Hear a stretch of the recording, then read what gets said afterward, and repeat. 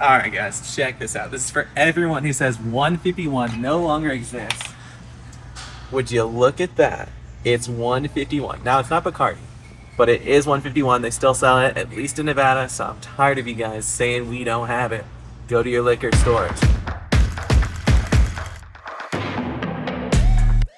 We're back home with our very real bottle of 151, and we're gonna do a couple different tests today. We're gonna talk about why Bacardi got rid of it and what else you can do with this bad boy. So let's start this off about the myth of why people think that 151 doesn't exist anymore. It's because back in 2016, Bacardi, one of the biggest producers of 151, ceased production. There's not really any right reason. There's rumors, there's speculation. At the end of the day, it was just too much of a liability. Having a shot of 151 in the bar is just too much, and Bacardi's a household name, so everybody knows it. Not a lot of people know that Trader Vic has 151. They're not gonna go to a bar and ask for it. Whereas Bacardi was there, people saw it, they're like, oh, I want the strongest shot on the bar. They get it, they black out. There wasn't a lot of liability to Bacardi, but as like a good company, they just decided to stop producing it. So therefore, if you still have a bottle of 151 produced by Bacardi, hold on to that, save it. You can probably sell it one day for a lot of money. But there's no real reason why they stopped. There's just speculation. Anything more than that, your guess is as good as mine. We have my bottle of 151. We have a regular bottle of white rum. Let's make some cocktails and see if they actually compare, if they're any different, or if you should just stop crying about the fact that you can't find 151 and enjoy a quality rum. We're gonna use 10-to-1 to battle against this 151. This is Trader Vic's, it was about $10. This is a quality rum, about $40. Is it worth the extra proof to go stronger, or should we just enjoy something quality? So if there was one cocktail that was gonna be perfect for comparing these, I would say it's a daiquiri. It's the most iconic rum cocktail out there. It's only 3 ingredients, and it's gonna give you a chance to really enjoy the 151 and enjoy the 10-to-1. So let's get started. Let's make each drink at the same time. 2 ounces of white rum.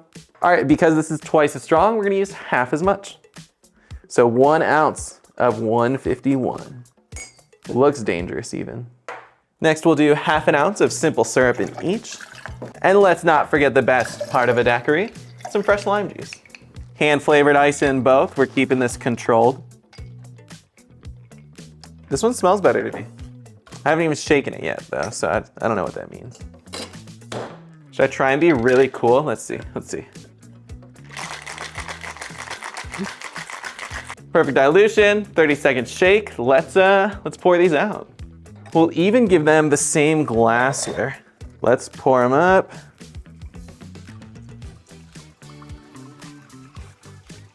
More liquid in here because we use an extra ounce, but also it just doesn't dilute as much when there's less liquid.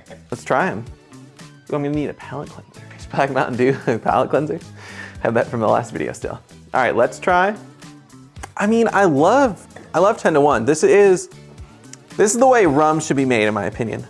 You could sip this on the rocks if you wanted to. I've been a fan of them since the beginning. This is actually their second batch ever. I obviously buy a lot more since then, but this bottle kind of holds a special place in my heart. I use it for special occasions like this. I don't feel like this is gonna be the better daiquiri. I don't even want to try the other one. We're gonna palate cleanse in between. Let's try the 151. I like the 151 better. Wow, that's kind of sad. So technically, my friends at 10-to-1, they do insist these rums are better for sipping, but they definitely also said that the 10-to-1 white rum is great in mixed cocktails as well. But I feel like if you're losing out to Trader Vic's 151, that's not exactly great. The 151 is far better. So that's obviously a very fun part of this, is that 151, you can drink a little bit less and get drunk quicker. That's why you gotta be careful, that's why it's more dangerous. I personally had Bacardi's 151. It was never that good. People who talk about it being the superior 151, it's just a case of, oh, it's not there anymore. Which actually brings me to my next point. Bacardi stopped making the rum in 2016, and that's the main reason people are so fucking confused, and they're like, oh, 151 doesn't exist anymore. I mean, technically, if you still have a bottle, it's very much in existence. It's just not in circulation anymore. But as you can see, we went to the liquor store, we bought Trader Vic's stuff today. I know Palm Isles makes one, and there's so many other brands out there. It just depends what state you live in, because when Bacardi stopped making it, it had to do with the fact that it got outlawed in a lot of states. Everclear is another one. They have different proofs so they can sell it in different states.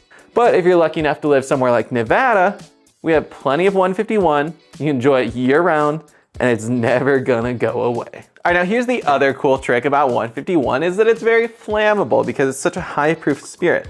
You can do this with Everclear. It doesn't have to be just 151. Any high proof spirit will work. Light it up. You gotta be careful. You can't see that it's burning, but trust me, that glass is on fire. And if you let it burn for about 30 seconds, 1, 2, 3, 4, you'll get a slight caramel taste. You will burn off some of the alcohol, but trust me, you're not gonna burn all of it in just 30 seconds. So let's extinguish this. Grab something that has a flat bottom. We're gonna use my mixing glass today. And don't take a sip right away. The rim's gonna be hot. The last thing you want is to burn your mouth on a cocktail. It'd be pretty embarrassing. No, not burning anymore.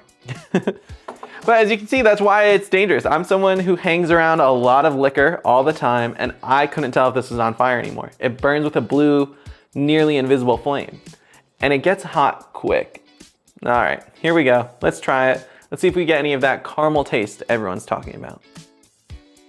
No. I mean, it tastes different.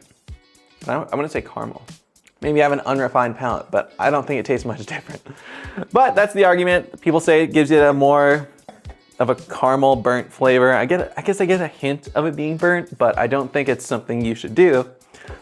But let's do the final, most coolest thing that you can do with 151. Light that bad boy back up, and let's make this thing beautiful. This is what you see at a lot of tiki bars. They throw cinnamon on here. And that is why it's very dangerous, but also very fun. I could do this all day. That's how you lose eyebrows, guys. But that's it. That's 151. That's a flaming cocktail. That's why it's dangerous. And that's also why it's very much real, guys. You can find 151 anywhere in Nevada, at least in, Las Vegas. And it's easy to get, it's easy to drink, and it's very much real. So that's my take on 151, guys. I hope you never ever comment or are ignorant again onto why 151 still exists and why it's still very much being made to this day.